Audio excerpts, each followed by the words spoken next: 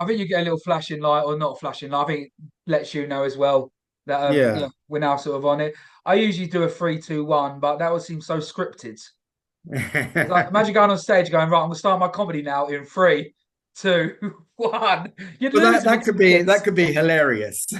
Yeah. Or, there's a way to lose in the first 5 seconds, especially if you Yeah. can't really, count down correctly. Hello, welcome to another episode of Sit Down for Stand Up. I have with me Martin Besserman. Now, Martin, how are we? Do you want to tell a bit about Oh, yourself? I'm well. I've just, by the way, thank you for having me on your podcast. I'm very honored. Oh, Um, my pleasure. we don't know each other, but I feel that in the few minutes prior to uh, us being recorded, I feel that we kind of got to know each other a little bit. And yeah, I mean, you seem like a very radiant sort of character, and I think you'll do very well. Thank you. Thank you. I do appreciate that. This one is all about you, Martin. It's sort of, your story, how we got into comedy to how we end up running our own club. Well, I was working. I've done a few different things. I don't know if you looked at the Martin Bestman story I looked on at the my. very sexy pictures on the blog, yes. Yeah, there were a few sexy pictures. I believe there's one of my backside There actually. is, yes, there is. That'll be the Um, thumbnail. Don't worry, I'll get everyone to see it. it's okay. For anybody who wants to, well, I mean, look, if anybody wanted to masturbate to it, there's nothing I could do. I have no control, do I? Um, I think I was 2 minutes late. yeah, well, it all started in 2002 for me, and I knew that I enjoyed comedy. And in fact, I used to go to what I think might be the oldest comedy club in the UK, certainly in London, and that's the King's Head in Crouch End, Hmm. run by still run by Peter Graham. And there used to be also another host, Hugh Thomas, who was also regarded as a very, very seriously brilliant MC, very entertaining. And I liked it. I liked it. And I always thought to myself, I'd like to do that. I had no experience, but I knew that I was a good organizer. And at the time, I was working in the market. I was doing what my father was doing, but and that I was just selling. Well, I was selling all sorts of things really. I was selling curtains at one point, and at another stage, I was selling jewelry, and I incorporated other things with my jewelry. I do remember I sold at my wholesalers. They had these vibrators, but it would say massage on the box. And I had all these, I was very young. I was like, in my 20s with curly hair and everything. And I used to sell these massage. They were like a penis with a battery inside. And I had all these middle-aged, frustrated women buying them from me, giggling, but they wanted them. And it got stopped after a few weeks because the inspector came up to me and he said, you can't sell sex toys in the market. And I said, they're not sex toys, they're massages, they're massages. He said, no, they're not. You put them away. My wife's got one of those. I know what they are. um, so I've done everything. And prior to that, I was singing in a band. Well, not saying I was a poet in a band. And you might have read, I have, in fact, supported, I've been on the same bill as some very well known performers. To actually think it was ever a reality is it's like a fantasy, to be honest. So I was on with I was a support act, the only support act for Depeche Mode, Mm. in a small London venue. I mean, they were very young. They were like 16, 17 at the time. Just can't get enough. um Sorry. Just can't get enough. Yeah, and the Pretenders and Dex's Midnight Run. I mean, it's extraordinary for me to even comprehend that ever happened. But I had a manager who thought that I had the personality to take it to make it happen, but I never really had the confidence. So we did make one EP. Do you want to have a look at it? I can go and get it. I'll show you the cover if you like. Please, yes, 100%. There's also a video. 1 second, I'll go and get it just to prove I'm not lying. So while Martin's gone, I'll say Martin runs the Monkey Business Comedy Club in and Covent Gardens Cabaret. So, thank you for that. There you go.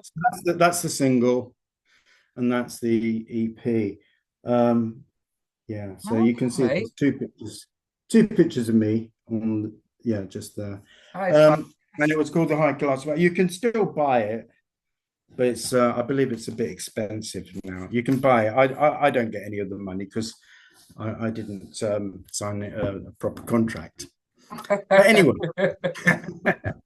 so yeah, it's something very much in the past. But coming back to 2002, when I first started Monkey Business Comedy Club, it was in Marble Arch in what is an Arabic area, Edgware Road. It just should never have happened that it was ever going to be anything. I mean, a small room in Edgware Road. I mean, there was no European people there at all. But in those days, you didn't rely on advertising other than in Time Out magazine. So there wasn't even there was nothing online. For me personally, it was a lot easier, a lot cheaper and a lot easier. All you had to do, I mean, when you started a club for the first time in those days, the Evening Standard and Time Out would give you a little bit of moral support. And all it required was a little few lines, new club, it's got this person, that person, and you would get 200 people. In fact, the first two gigs that we did there, 250 people turned up. So the room upstairs was too small to put the gig on. So we did it downstairs. The manager thought it was a good idea because, so many people. It was great. The first show we had on the bill, the late Incognito, Nina Conti, and the two magicians who went on to win £500,000. I think that's the right lineup, the lineup that we had. And they won a lot of money on an ITV magic show, Barry and Stewart. I don't know if you've heard of them. Anyway, the following week, we had Jimmy Carr. So, it built up, it got momentum. And from there, I got a taste for it. And I've been at a whole variety of venues. So that was Marble Arch, and eventually I found myself around Camden. And, it was great because we got some huge names at the club. Acts like Michael McIntyre, Harry Hill, Lee Nelson, Simon Brodkin, Sarah Pascoe. I mean, these are really names that you'd want your club to be associated with, and it did build up. Do you feel over the years since you started, London has become saturated for comedy nights? Yeah, it certainly has. It's harder now than ever before. I mean, as you mentioned correctly, I run both comedy and cabaret shows. They're two different kind of environments. So you'll be familiar with the comedy. It's a combination of new acts and established acts.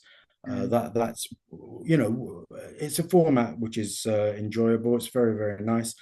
But my other kind of gig is cabaret, which I started, I think it was 6 or 7 years ago. And what I like about the cabaret is that it doesn't have to be funny. It just has to be entertaining. So we will have drag queens we'll have singers, we'll have burlesque performers, Mm. circus, clown acts, jugglers, acrobats. It's fun, but you can, of course, also have comedy, and I do on those lineups.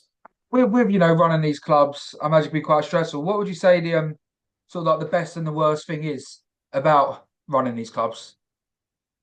Well, the best thing is you feel, me anyway, I feel a personal satisfaction that as a producer of the show, that I've created entertainment uh, which is so needed, especially now. I mean, we've always had some crisis, whether it be Brexit or Mm. whether it be, whatever. We've always Yeah. had Yeah. Every year there's been a confrontations. crisis. Yeah, we've always had some confrontations in the world, but I think people generally agree. We had ISIS. I think people generally would agree that the world is a very insecure place now. People are feeling increasingly vulnerable, and it's a dilemma. Do people actually want to be entertained? Because I think this is at the back of their mind. So maybe a third world war or whatever. Mm. But people are generally depressed, and I've noticed that traditionally, if somebody feels down, maybe comedy can be a form of escapism. Mm. But yeah, it's great when it goes well. So to answer your question, it gives me a personal satisfaction, especially when I get good feedback. I love it when we get a good review. And recently, it's been going very well. I'm proud that we've got 4.9 on Google, I've got to which say, is very very, well very, reviewed. very, very high. That's for the Cabaret.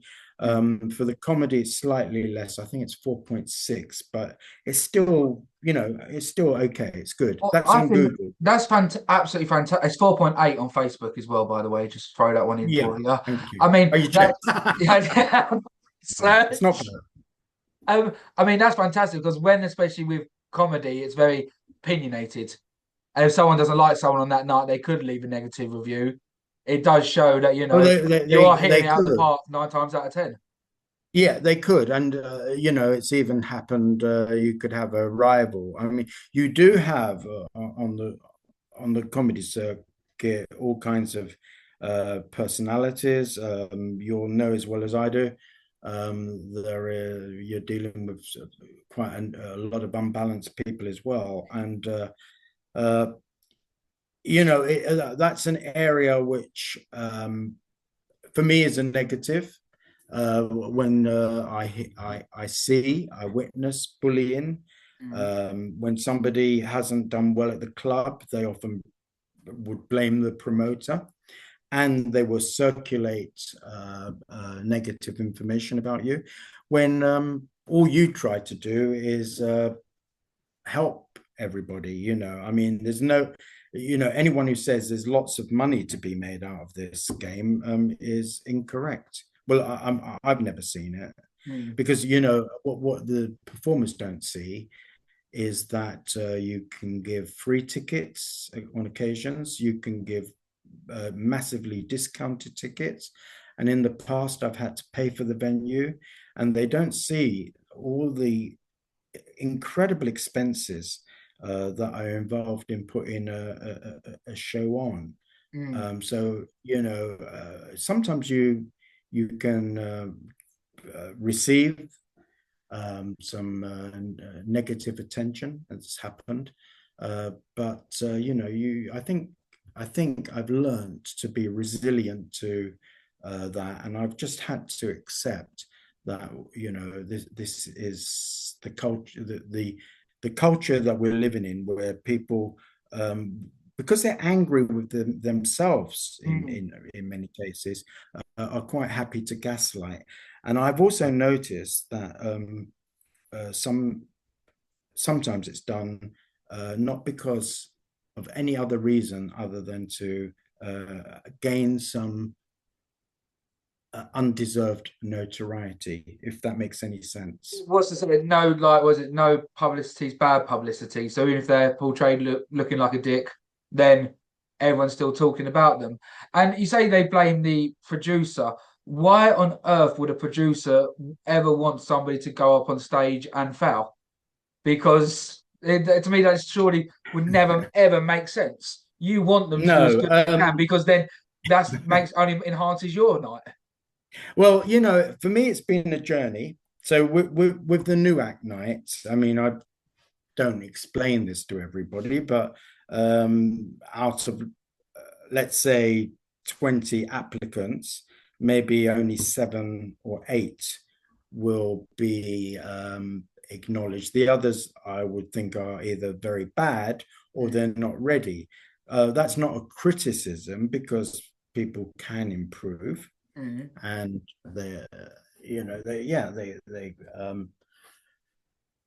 I think from my perspective, it is I want to keep a good reputation.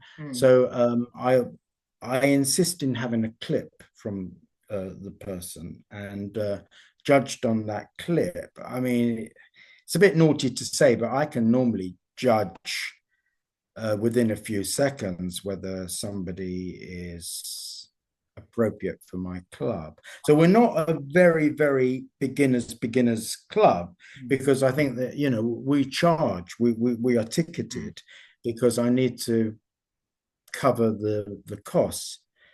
And also, I've always interpreted that it's a busking concept when you advertise that it's free, but in reality it's not. No, I'm not so sure what I feel about that. Okay, so how do you decide, who you are going to put on? I mean, I completely understand the 3 second thing. I owned a recruitment company in Gibraltar. Oh, right. from when I was 26 to 29, and went really well. But I looked at a CV for 5 seconds. Oh, so you know what I'm talking you know what you're looking for. You know the filter. Yeah, You know the buzzwords 100%. straight away. Like, okay, cool. Yeah. I mean, you could even apply this. We could be wrong, of course, but yeah. I mean, look, when you meet somebody for the first time, you either feel that you bond or you don't bond. It could be even in all sorts of relationships. The relationship that you're talking about, job relationship, yes, and I think we do this with potential partners as well. We know whether somebody, it stimulates us or doesn't. So yeah, I don't feel guilty about it. In fact, I feel proud of it because I think people go into comedy for different reasons. Some because they really have strong ambitions to be very, very successful, and indeed sometimes it happens. So I can remember Jack Whitehall doing his very first gig with me. His very first gig. He never did a comedy. He was 18, and I was introduced to him by Alfie Brown. Do you know Alfie Brown? I know the name. Doesn't Yes. matter. Don't worry. And Alfie was introduced to me from Harry Hill because his partner was the late Steve Brown. So Steve Brown wrote all Harry Hill's music for TV, Burp, etc., etc. So it's a little bit of a family thing. But I knew instantly that this guy has a big future. I just knew it. And that can happen sometimes. Is that intuition or experience, would you say, or like both of them sort of marry up together? How you are able to spot talent early? It's what makes me laugh. I same. I like that. I like that. Yeah, I mean, same with Simon Brodkin, who was known as Lee Nelson, who's doing the Lee Nelson character. I've known him for a long, long time when he first started. Like and the blonde hair, gotta be honest. Huh? I'm not a fan of the blonde hair. Oh, you know. I'm not. I think he's brilliant. He's brilliant. I'm Yeah. just not a fan of the hair. I don't know, but his material is fantastic. Oh, well, don't worry about his hair. Yeah. He is a friend of mine. I'll ask him to wear a wig next. Just for me, please. Yeah, just for me, just for Yeah. nobody. I'd I mean, appreciate that. he did actually wear a wig when he did the um you know, he went on Britain's Got Talent Mm, as a rabbi, as mm. a religious rabbi. You know that, and he You know, the pulled them all. unorthodox Jews. Yeah, yeah, yeah. It was hilarious. I mean, he's Mm. done loads of pranks, but that was one of his funnier ones. Um, but yeah, coming back uh, to so you asked me about positives and negatives. They're positives and negatives. You know, when somebody it's hard for me to reject somebody, but I have to have a business decision. And when somebody is good, you know, I will give them all the support that I possibly. There's a young lady, Swedish, called Tove Falk. I knew nothing about her. I saw a clip of hers. I thought she's brilliant. She came to my club and she was so brilliant at the new act night. I immediately gave her paid work on our cabaret night. And I've got a booked again coming up sometime. So, you know, this happens often. Well, ish, you know what I mean? And it gives me enormous pleasure. And very often when I've done that, they go on to be hugely successful. Mm, So I do have a feeling, you know, mm. It's about almost like you're the a rite of other. passage. Yeah, the other negative. So there's positive, negative. You're asking me about that. I've always found it a little bit challenging, especially when there's no security at your venue, especially on a busy cabaret night, when you get some drunks talking whilst the show is on. It doesn't happen too often, but it does happen. And so you've got a great show, but you've got people that are self-indulgent. And as the producer of the show, wanting it to be as enjoyable as it can for everybody, you find yourself diplomatically, well, trying to use diplomacy rather, saying, "Look, mate, can you just, you know, calm down a bit, and not talk whilst the acts are on?" But Mm. unfortunately, that never works because they're too drunk to understand you, and sometimes they take it personally. They feel that, you know, this is, you know, they feel egotistical. They might be narcissistic. You have a big challenge on your hand to try and remove them, Okay. and Has this evolved a that's little happened. bit? Has this evolved a little bit since, you know, like heckling and crowd work has become quite fashionable, popular online? That people sort of Well, think this is like no, an no, expected level, or has it always been like this? well, nobody has ever objected to heckling, Mm, as long as it's done warmly and affectionately. If it's done flippantly, or if it's done, you know, uh, because they don't, you know, some audience members don't get it. The problem is that if people buy the tickets online, you don't actually know who's if they're coming out the door and someone's a bit tipsy, mm, you know, you have to weigh it up and decide whether you want to let them in or not. mm. It's a really bad decision to let somebody who's very drunk in to your club, you know. Oh, yeah, yeah, Um, 100%. So I want to go back to one of the ones we said about the woman who, you know, you look at the videos and, you know, we analyze them. So yeah. let's say, okay, um, Sarah Smith, I don't know why I've just made that name. Sarah Smith sends you a 10-minute video. Boom, I love it. I want her on my night. Do you want her to do the material she sent you, or is that just like a verification process?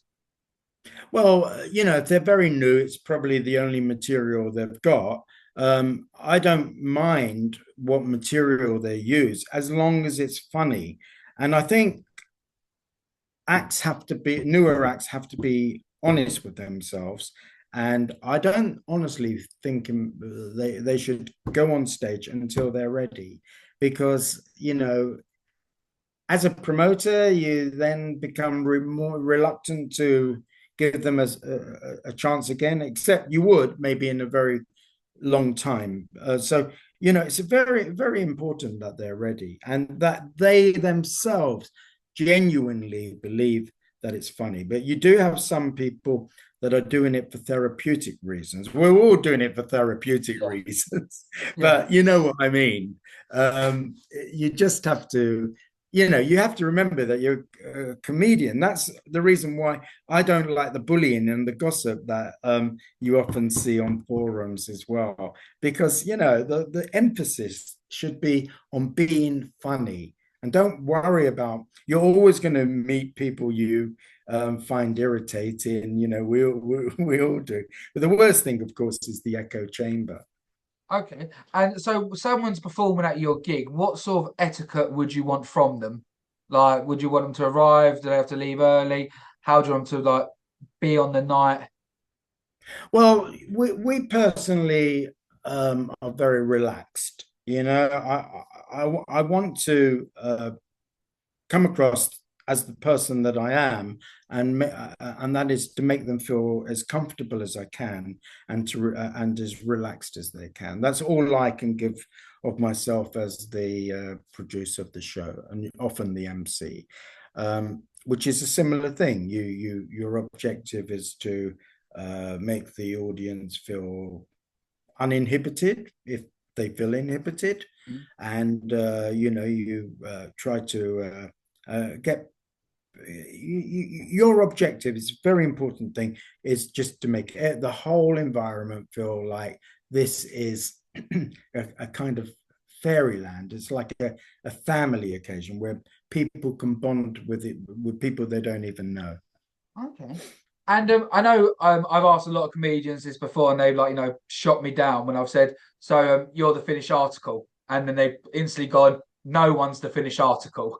So that's a lesson I've learned from a perspective of a club owner promoter.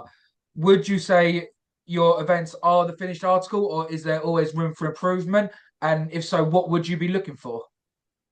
Well, I think it doesn't matter how professional you are.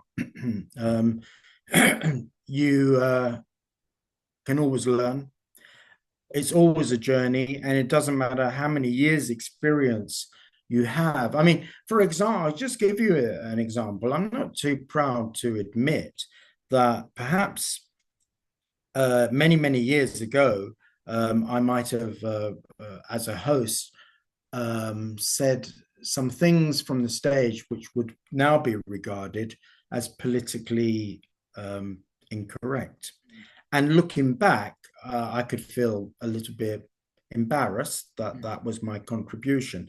So maybe at the time, years ago, I didn't get it. You understand what I Oh mean? no, Slowly, completely. slowly. Sorry.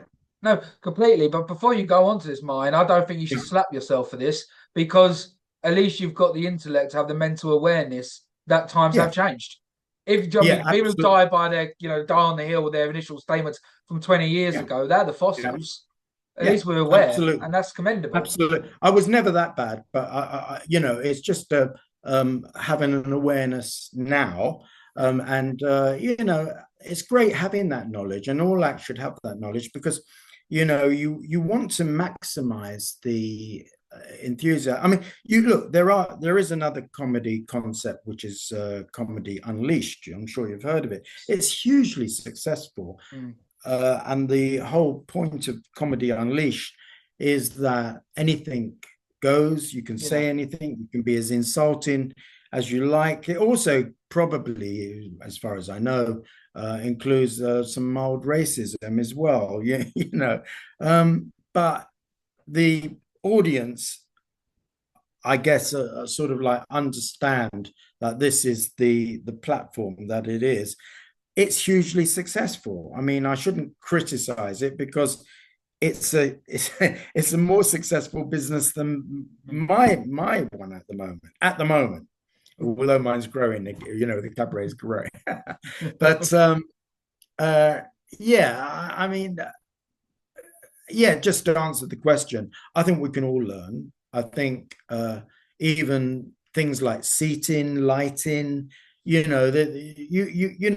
now and again I think, oh, well, that could be done better, or that could be arranged better. The other thing that I've learned is how you communicate with your manager. This is also very important, to have the best relationship you can have with your manager, because there could be occasions where you're not very busy and they get panicky. But if you come across as a good person, as a nice person, as somebody who's trying your absolute best to not only help yourself, but to help the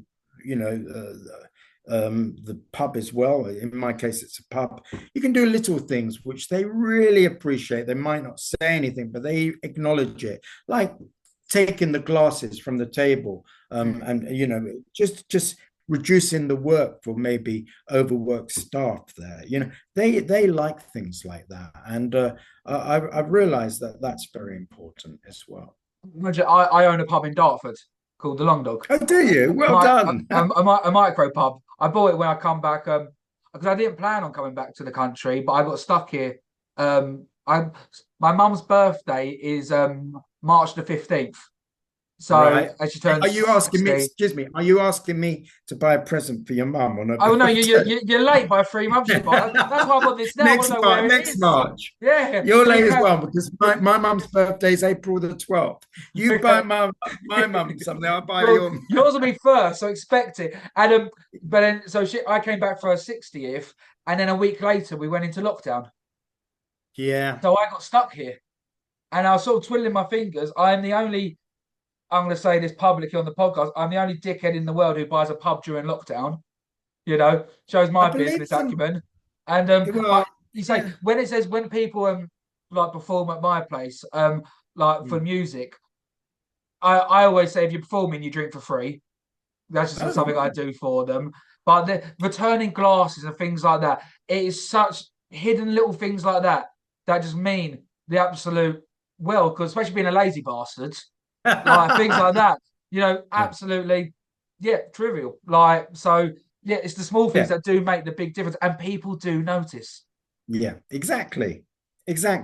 I'm not saying that all the managers have been great. I've had some bloody big issues with some managers. Oh my God, I don't want to go into it. But, it's been a massive journey for me. I mean, I've been used and abused and all sorts of things, But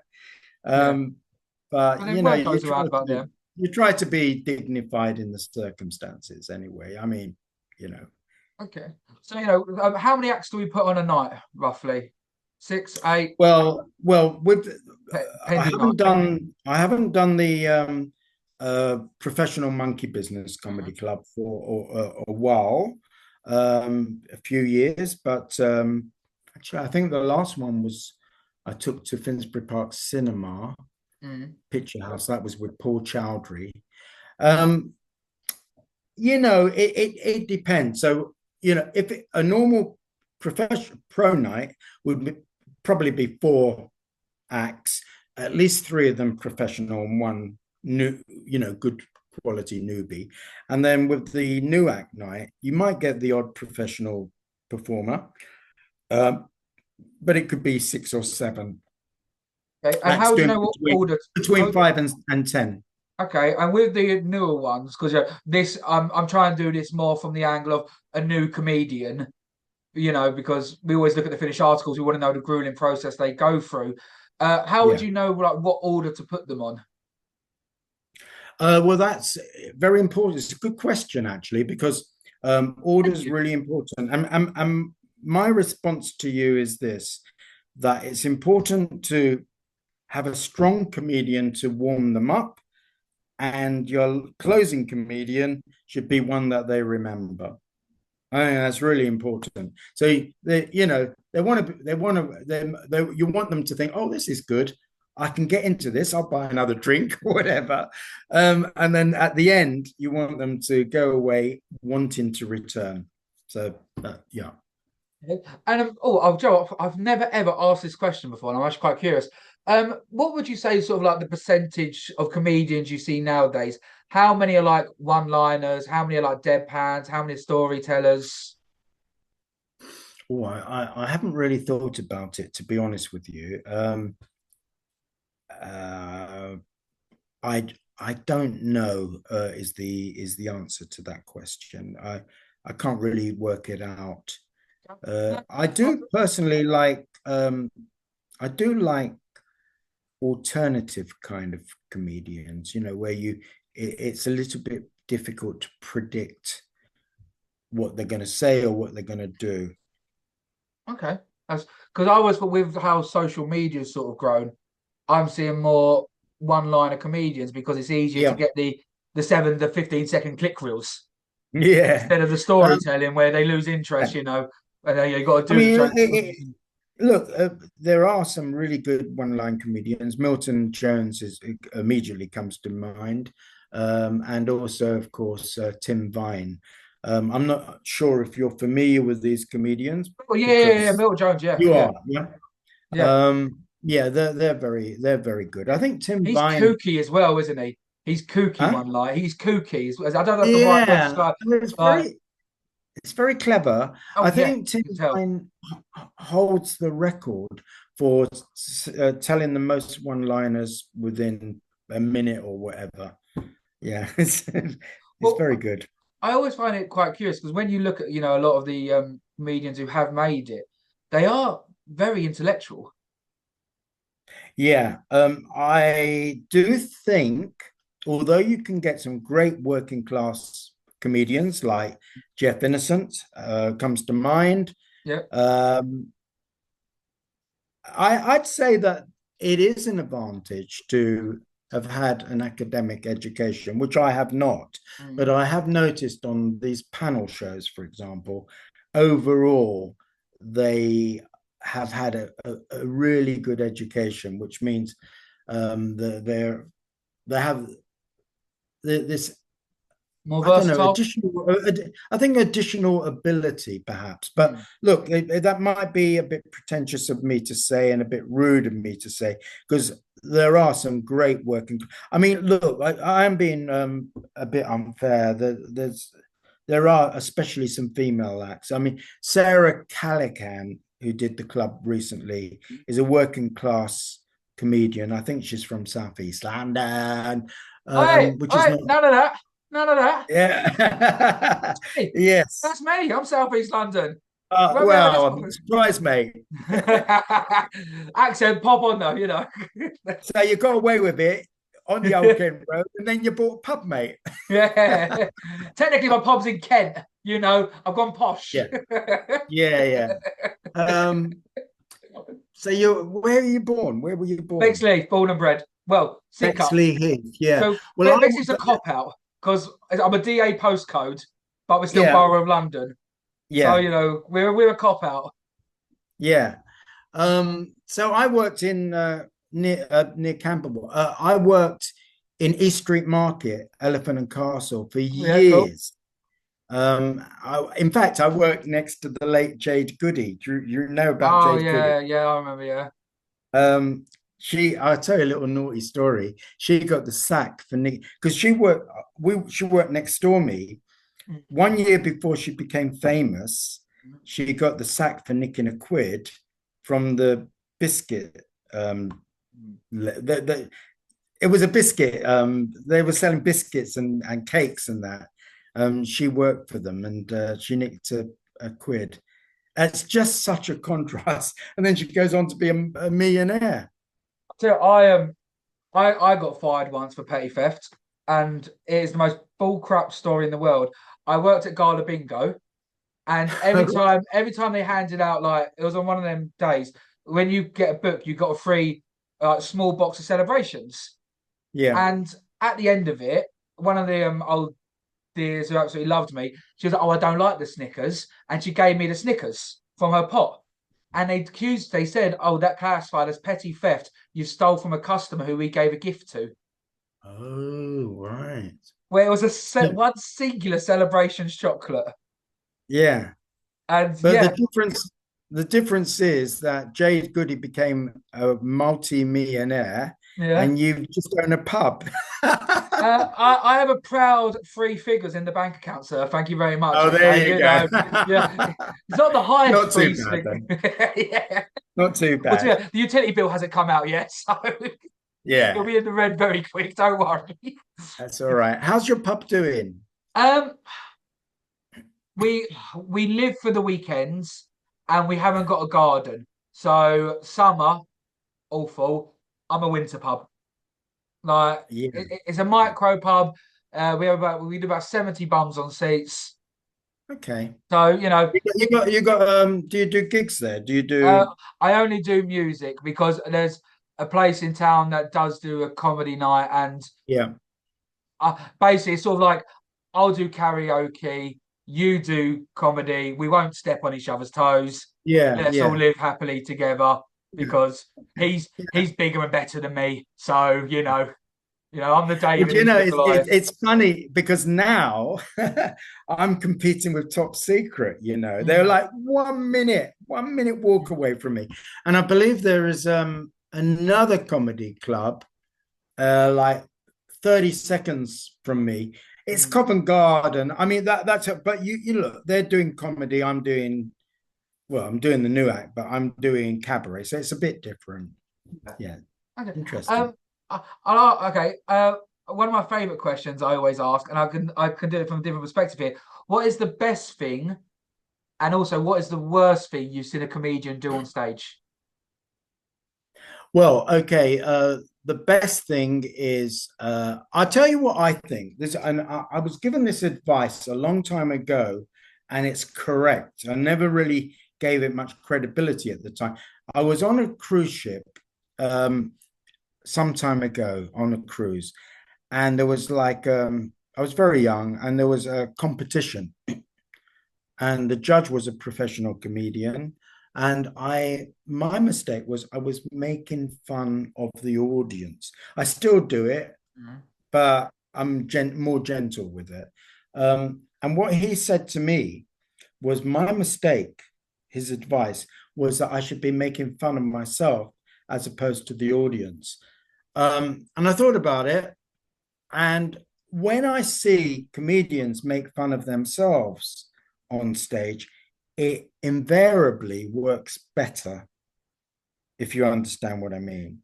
So, I mean, of course, you can have digs at the audience, but it's a little bit of a cheap way of behaving, Mm. unless you're really, really good at it, you know. Or if they start it. So make fun of yourself. And the other thing, so what was the other question? Sorry. So what's the What worst thing you've seen somebody do on stage? Well, I can tell you what the worst thing is. A comedian um, being sexist, racist, um, not reading the audience, Mm. not not being funny, and then blaming the audience, which you could very often get with new acts.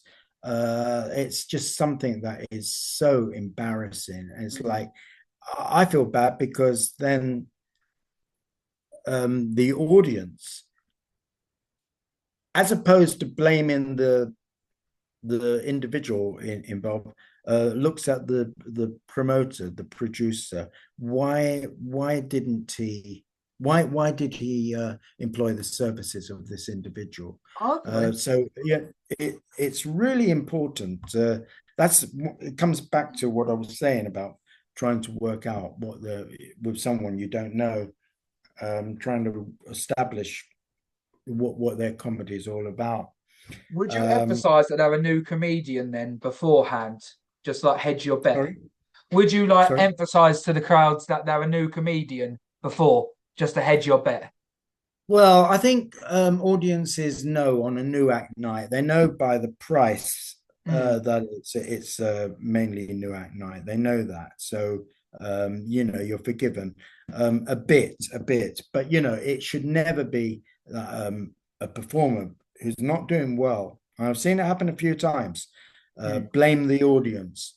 It's like, well, I'm right. My comedy's funny. you as an audience don't get it. Well, actually, it's you. You're not funny enough. You haven't read the audience, and this is to do with the ego of I think that the individual comedian would probably be either dishonest with themselves Mm. or or they just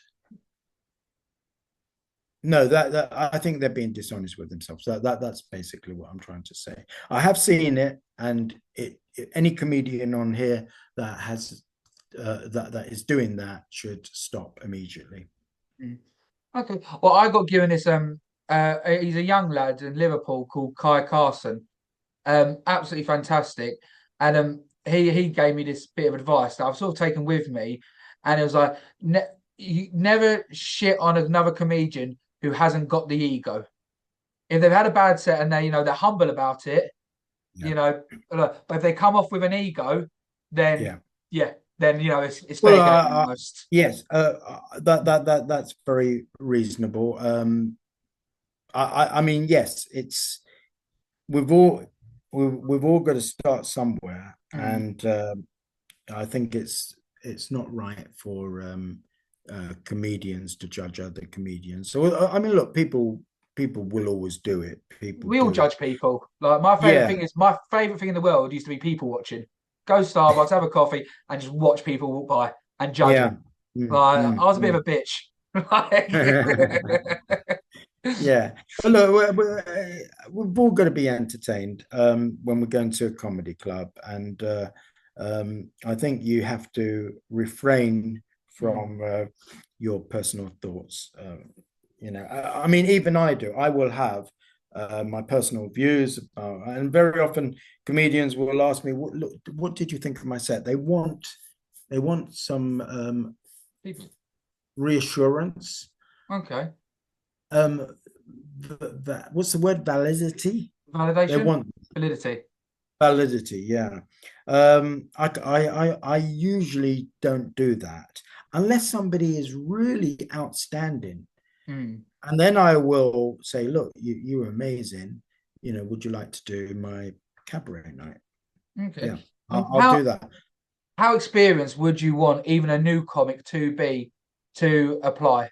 Or is it just when you think you're good enough? Because obviously you don't I want them to think, go on too early, shoot themselves down, and then, yeah. affect their mentality. You want them to be ready. But when is ready? When should a comedian feel that they are ready? Well, I think some people have just got funny bones. I mean, you can see people in everyday life that are not comedians, that are funny, and they can make you laugh. But the idea of these uh, schools, you know, comedy schools that occur various places, I think that's designed to help you develop any skills, would teach you a few tricks. But look, I do know that some people have gone to those schools. They've paid a lot of money for those Mm. classes, and they haven't managed to be brilliant because they're not. It's just not, comedy's not for them. It's not for everybody. No. I mean, I mean, no matter how many sorry. singing classes I took, I am not going to be a singer. So in that, there's sort of that element of not delusion, because I think, you can learn to a certain level, Yeah. but half it is, I wouldn't say it's raw instinct. I would say, how much pain have you been through that you can laugh at? Because I think comedy does come from a pain, does come from it does, a lot of it does come from hurt. Yeah, we kind of touched on that, didn't we? Mm, Slightly before we went recorded, and I did mention I from my observation, I see a lot of unbalanced people in the comedies there. This is not a criticism at all. It's just a fact, and people are, you know, I think for some people it's great that mm, they can, deal with trauma by telling jokes. I mean, we had a couple of weeks ago Sydney May. a blind comedian. She won the was it the Brighton best gay comedian? I can't remember. I can't remember exactly the details. But my friend was speaking to her, and I mean, she came all the way from Brighton by herself on the first occasion, blind, Mm. and found her way to Covent Garden to my club. I mean, that in itself is an incredible achievement, I It's a think. feat that we And take for then granted. and then she goes on stage and is funny.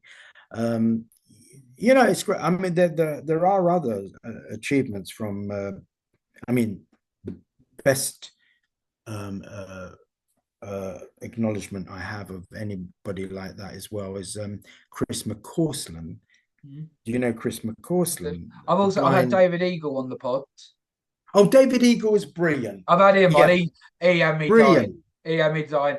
Like He's brilliant. Yeah. I started the other joke with like, I don't know why I'm wearing a shirt. I don't know why I'm dressed up for this, or I don't know why I'm wearing a shirt. No, He was brilliant. David Eagle is superb. I must get him back at the club.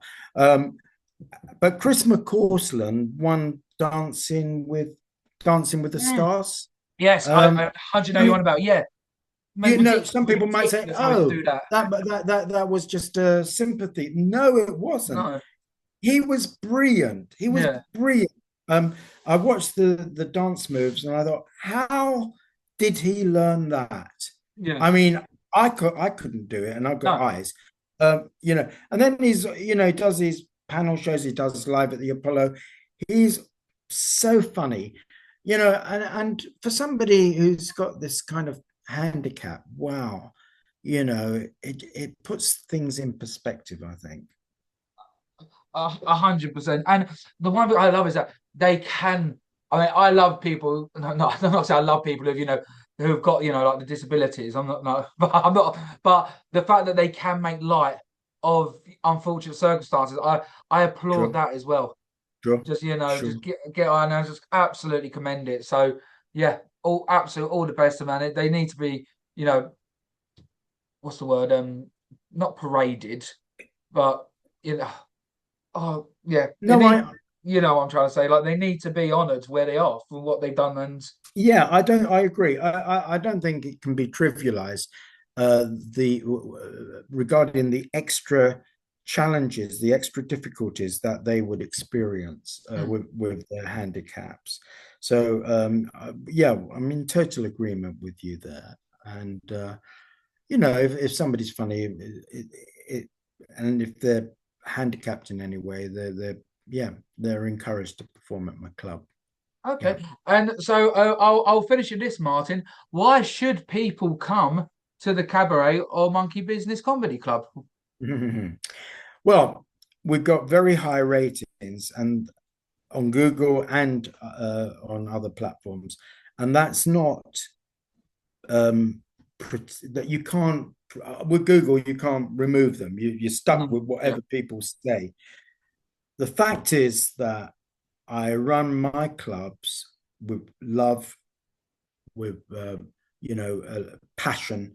It's nothing to do with money. If it was to do with money, I'd never be doing it. mm, Not with all the difficulties that you have, and there are difficulties that we covered a little bit on it.